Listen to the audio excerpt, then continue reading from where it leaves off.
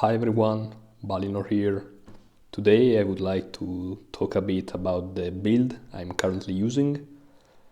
As you maybe know, I mostly play Gilgamesh, but in these days I really like to play Realmshifter, especially Seeker. So I'm trying to get the max view distance possible from my gear, so I'm able to see more dungeons when I travel or when I use my friends' portals with vessels. And so it's really helpful for me to get better gear, get god forges. In this month I'm also trying to farm beast dance for the adornments. They are amazing. So I would like to share with you my current setup. Really important with Realmshifter and Seeker. Of course I'm using Realmshifter because it has the Realms Light ability, so it's like having one extra buff for view distance, while the specialization Seeker is the one that gives you more view distance. But so if you are Seeker, you are not Cataphract or other stuff, so you don't get extra skills, extra abilities, so you have to fight with just your class. Really important, if you are going to farm dungeons with this build, you have two setups to have on. One is the view distance one. This is my view distance setup. Really important, you should have two main accessories for view distance and the two main weapons, or weapon plus offhand. Your main choices about accessories are the Midnight Eye. All the accessories have the same buff. It doesn't change with rarity or type of accessory. So you have the Midnight Eye, it's just HP and mana. You can use the Lantern if your tier is not too high. Of course you cannot use Realmshifter in that case. The normal Lantern or the Lasting Lantern, that's the one I'm using. The lanterns also attract more enemies, so I suggest to use them if you are also doing quests and looking for monsters.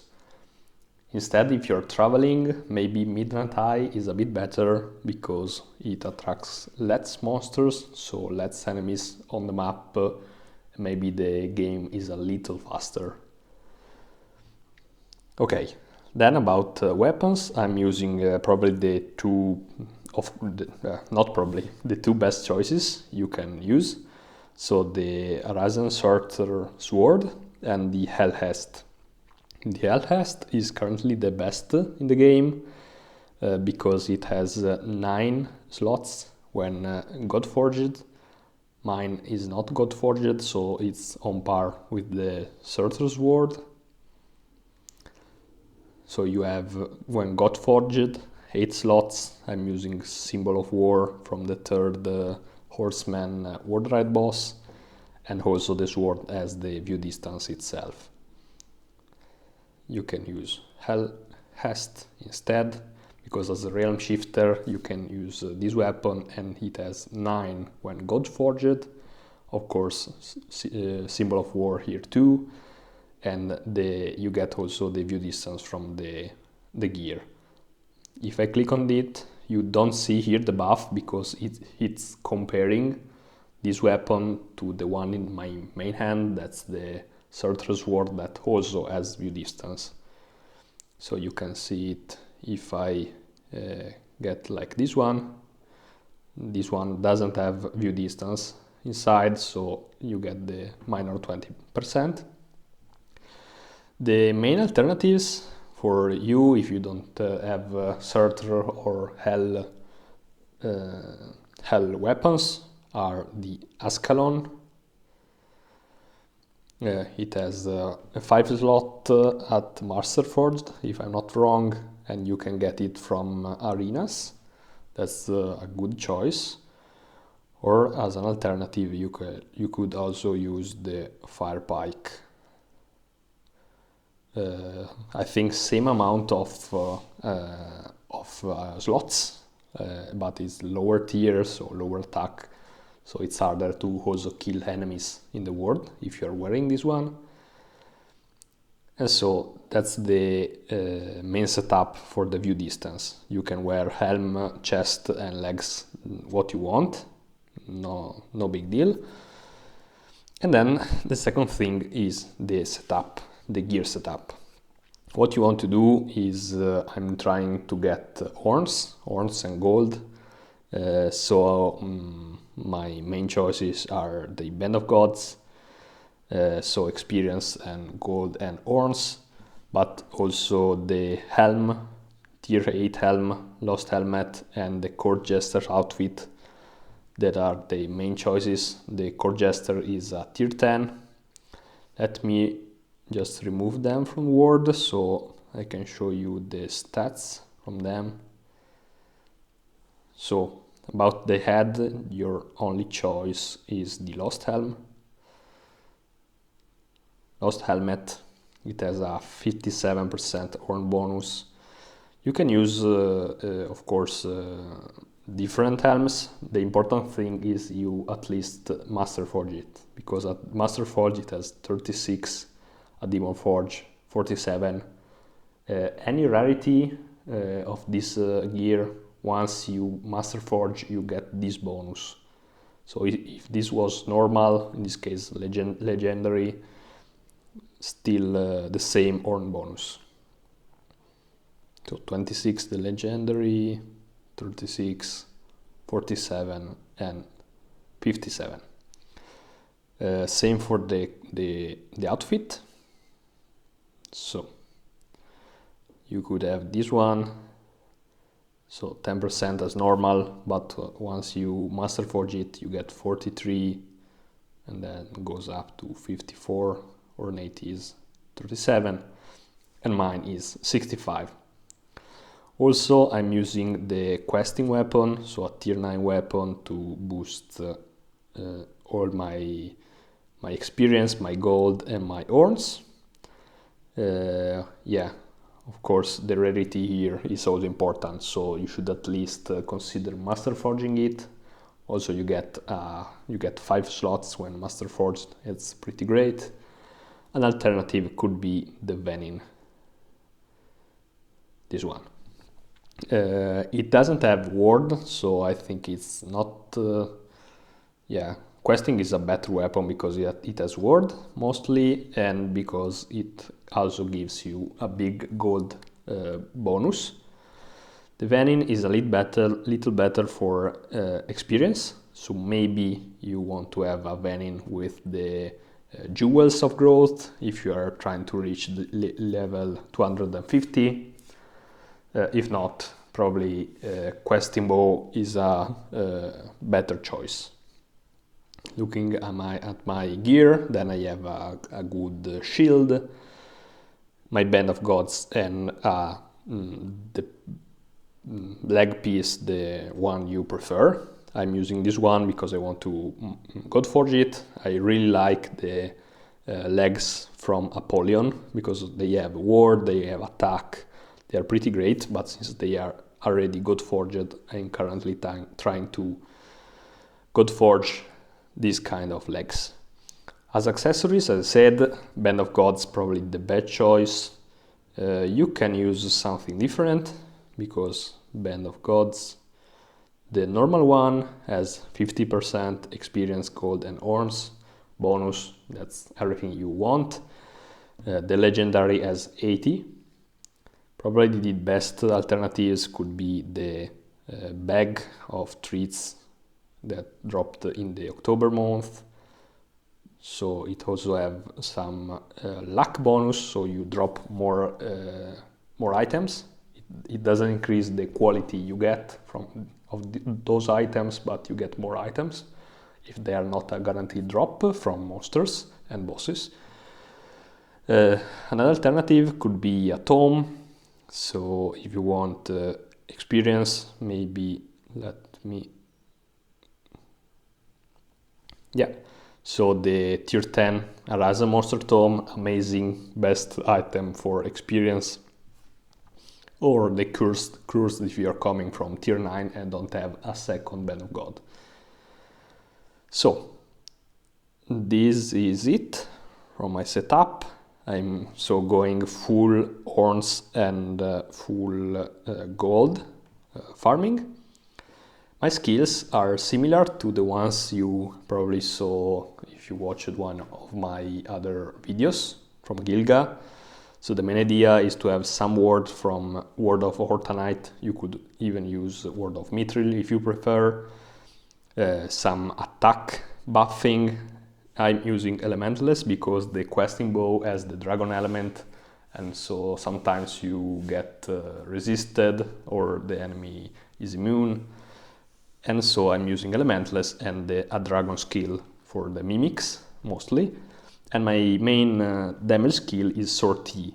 Sortie because it gives you 1 war turn, it has an high crit chance, and it deals good damage for low mana consumption.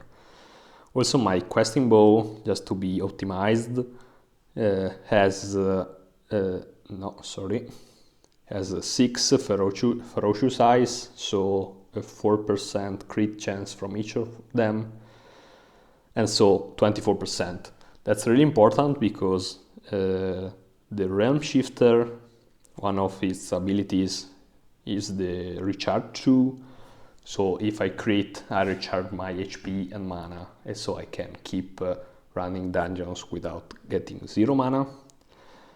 My stats with the Realmshifter are these ones, so 32k ward, 11k HP, 1300 mana, 3.6k attack, and my current acceleration level is 14, level 250 of course. Let's see how it works. So I'm in a way vessel or of a friend of mine. Let me buff up.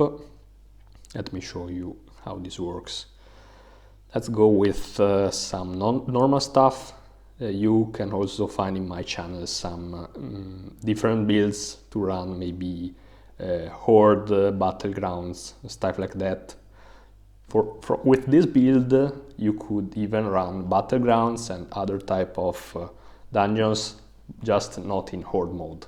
So you can do with parties or with other people, or just in non-horde mode, sorry. So let's go with an hard mode with my gear. So let's go. What I normally do is running normally 2 rounds of Ortanite, but since the Docalfar could put me to sleep, I just prefer to kill them and go to the next floor.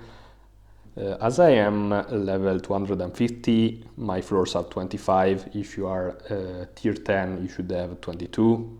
That's not a big difference. So I said I run 2 times Ortanite. I run all my offensive buffs. Really important Wyrm for the crit up, so I get 20% more crit. And so I run Gunner, the Mimic's Mischief. You could even use the Bear if you prefer, Bear Might, and maybe if it's not on a hard mode, you can use an Ambrosia or something else to remove your debuffs. I have the Horizon Shield, so I don't get cursed. That's the main issue if you're running this kind of stuff. And that's it. My Chimera is giving me the Berserk up, and so I'll just spam them Sortie. As you can see, I crit quite often. As you saw, I got resisted because I still didn't run the Elementless. Elementless is really great if you're facing the Fallen Beowulf, if you're facing maybe the Fallen Gilga, that's resistance, or the Freya. If you have low HP, you find a Freya or a Beowulf, it could be a problem. So I prefer to just run Elementless anyway. You could even not use it until you find one. You could be lucky or unlucky. There are not many resistant enemies. Anyway, you should be able to kill them. So let's roll. So the two rounds, the two Ortanites are useful to get some ward round for war. Sorry, war turns, and my 30k is just a bit of ward you can use to survive a couple hits if you're facing strong enemies. Yeah. So as you can see, I'm running it. We saw an Horizon monster, not Godforge. Also Nidhogg is immune to dragons, so that's another thing you have to consider when you keep Elementals with you. We are dealing pretty great damage. Let's go. As you can see, my mana, my HP is always full. Some people use the Realmshifter in this kind of runs with low HP and Berserk buffs, but if you remember, we are a Seeker, we don't have special management, where we don't are kata, we don't have ward regen, so I prefer to stay at full HP or kind of full HP and just kill stuff with 1 or 2 hits. Okay, let's go with something different, maybe an hard boss run, and then we go to a Beast Den. That's another important thing I'm running with this build. Okay, Cockatrice could petrify us. I don't think I'm able to kill her without buffs, so I will try to buff once and hope to not get petrified. Okay, so the rotation is similar. Oh, what? No, sorry, my game lagged and I clicked the wrong skill. As you saw, I have the Wisp heal here. That's mostly because sometimes I get dots statuses I don't like, and I just prefer to remove them with Wisp heal. Because since I normally run with Gilgamesh that has Steadfast, yeah, you don't get that many dots and statuses there. While on Realmshifter you can get burned and a lot of stuff, and maybe a bit annoying. Even blind can be annoying. So, as you saw, I buffed up, so attack 1, attack 2, crit up, damage, gunner. I'll go also elementless. My mana is 600, but yeah, we are recharging it. And let's roll. The Chimera already buffed up. This Chimera, this one is the event one, is really great because it also attacks and with good skills. The normal Chimera is yeah, kinda the same. I prefer this one a bit for the design and the skills it has, but the difference is not big, so you can just use the normal Chimera if you don't have this one, or if you prefer that one. Let's go with a Godforge, hopefully. Let's see. Nope. Yeah, my legs don't have any adornments, as you saw. Maybe you should put them some random ward adornments to survive more, or maybe some attack ones. It really depends on what you're running. Probably you won't have my Ascensions or my Godforge stuff, so it's fine to run them. Should be similar to maybe not full endgame players builds, because you can see you see that my helmet is tier 8, my weapon is tier 9, the chest could be even a normal one you just master forged, and probably the best legs you have should be the choice to use. Okay, as you saw, I just ran this dungeon kinda in autopilot. I didn't have to think much. But what I wanted to talk now is there are the Beast Dens, and we have a month event. That's Kerberos, that's February, and in these dungeons from tier 9 there is an awesome boss. That's the Kin of Kerberos, the the tier 9 one, so the one with the gold aura, and he can God forge your stuff. But I'm farming it mostly for this adornment, the blackened eye, because it's an amazing adornment, because it's a weapon adornment and it has attack, magic, defense, resistance, ward 2% from superior or more. I'm currently trying to get those. Foresight and follower action 2%. That's really, really amazing. I currently have 7 superior or more, and so I'm trying to farm those.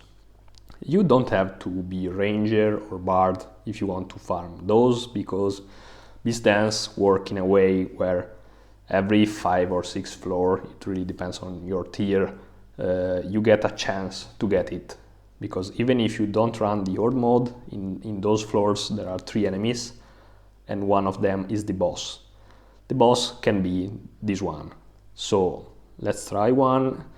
Really important, this boss, that enemy, as you saw, that adornment has a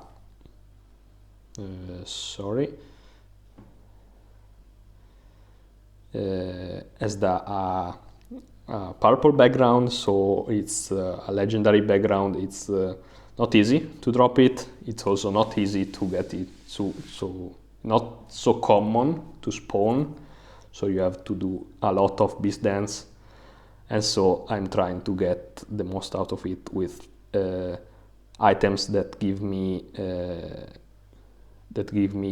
luck bonus, so I drop I have more chances to drop stuff from it. So I'm running 1 legendary present and 1 ornate bag of treats. There are the 2 main stuff you should use to get more drops. I'm also using the dowsing rod. That's an item to drop more items, but you could use even a shrine if you have Shrine of Luck or the temple to get more luck. So let's go with hard mode, just because it doesn't cost really much, and maybe we get better rewards at the end, and just that's mostly it. So same build, changed the accessories, and as I said, I'm still Seeker. I don't have to go to one of the specializations that use skills to kill multiple enemies with a single spell. So let's go. So as I said, in the first floors you still get 1 enemy per floor, so 2 times Sword and Knight. This dungeon is quite easier than the standard ones. I still like to full buff it, because who knows, probably the strongest enemy you could find is an Berserk Anubis as a boss, but most of them are quite easy. So let's go. These ones are the new monsters from the event. I made a video the 1st of February with some of them. They drop quite interesting drops for people from lower tier, so because I think they are tier 9, yep.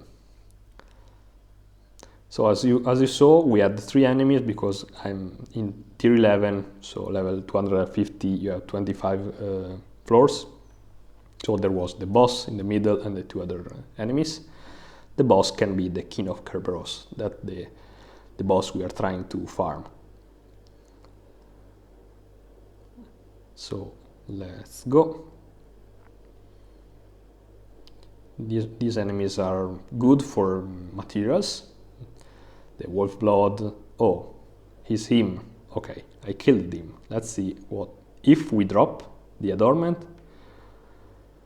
And if so, yeah, we dropped it. Normal quality. So yeah, not too good, not too bad.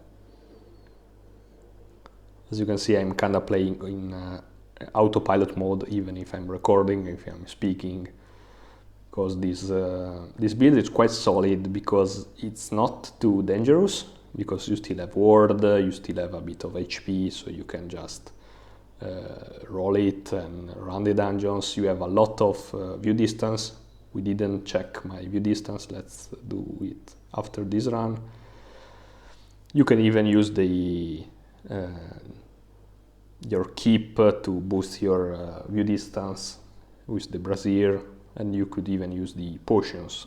Actually, I'm currently using my potions for view distance every 2 wave vessels I'm running, so I activate it in the middle of the cooldown, so I can use it both in the first wave vessel, both in the second one. That could be useful if you want to spare some Seeker potions. This one we just killed was the lower tier version.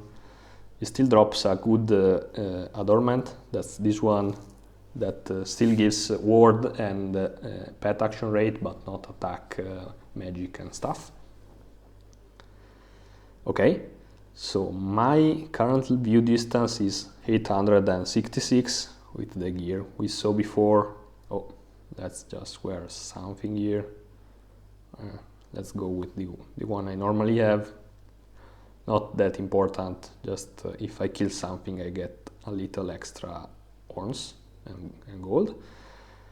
Okay, I could use the potion, so the foresight potion. I have 21, you can craft them in the herbalist. The materials required are not too bad.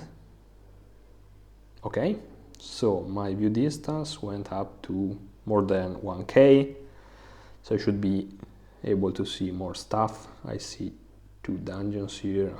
I'll run it later after the video, and other stuff. Yeah, so since I switched to the drop gear, remember to switch it back once you complete the dance. I'll just run another dance and then we can close this video. So nope, hard mode, continue alone.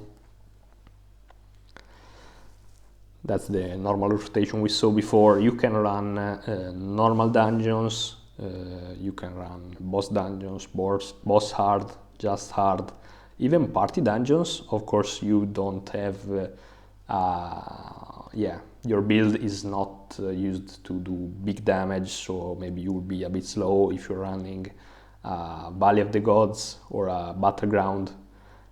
Maybe in that case you could try to think to go with a different setup, maybe with an Horde one, trying to get God Forges, because the God Forge chance is possible since my legs are Demon Forged, but yeah, that's not the main goal for the setup. Even with all these view distance, you see more dungeons, and so you run them and have more chances to God Forge stuff. Yeah, probably the only thing is if you have closer dungeons that could give you better God Forge chances. So, for example, the battlegrounds I have here, probably should switch to maybe Bard or Charmer or the Ranger and run them with a different setup. You can find my other videos, so you get more God Forges chances, since that kind of dungeons are not that important for Orns, and you don't have the event drops this month at least. No luck, another boss quite useless. It drops you the hardened seal. That might be useful if you're trying to demon forge your venin or some other items that require it. And yeah, the beast dance are quite useful for materials, for some stuff, some gear and ascensions. But normally when we didn't have the event, I kinda skipped the beast dance. I found if I was in a hurry or just not interested, if I was looking for God Forges. But now this month beast dance are so great, you should run them a lot, trying to get some good adornments for your weapon. Also the other adornment from both the kins are not bad for mages. Let me show you them just 1 second. So the other weapon adornment, the lower tier one, is this one. So you have ward, foresight, and follower action. So tier 5. That could be useful, of course, if you were running the Ashen Phoenix build with the weapon with the bestial eye. I think I might have a weapon I used with it. No, okay, I already removed it. But in the past, you used the bestial adornments, and now this alternative, even the tier 5 one is better, because this one gives you minus HP, minus defense, and 1% forward action rate, while the other ones give you ward, no minus stuff, and also 2% action, while the Moondust is the adornment for the gear. You drop them from both the kins, and they are good for mages because of magic up, resistance up, dexterity up. I got a couple of ornates I probably won't never use, so magic 30, pretty great. The azure pinions are better if you're going for pure magic, but these ones are quite good, especially for a tier 5 adornment. So that's it for today. As I said, once you finish the dance and maybe run the other dungeons, you should probably just go with the previous adornments, so the Band of Gods in my case, so you get the most out of horns and gold for the kills, also experience, even if I don't really need it anymore. And that's it. Hopefully you can start from my build and make yours and farm more stuff, see more stuff when you travel or you use a way vessel, and so farm more, do more dungeons, and become stronger. Thank you for watching, see you in the next video. Bye!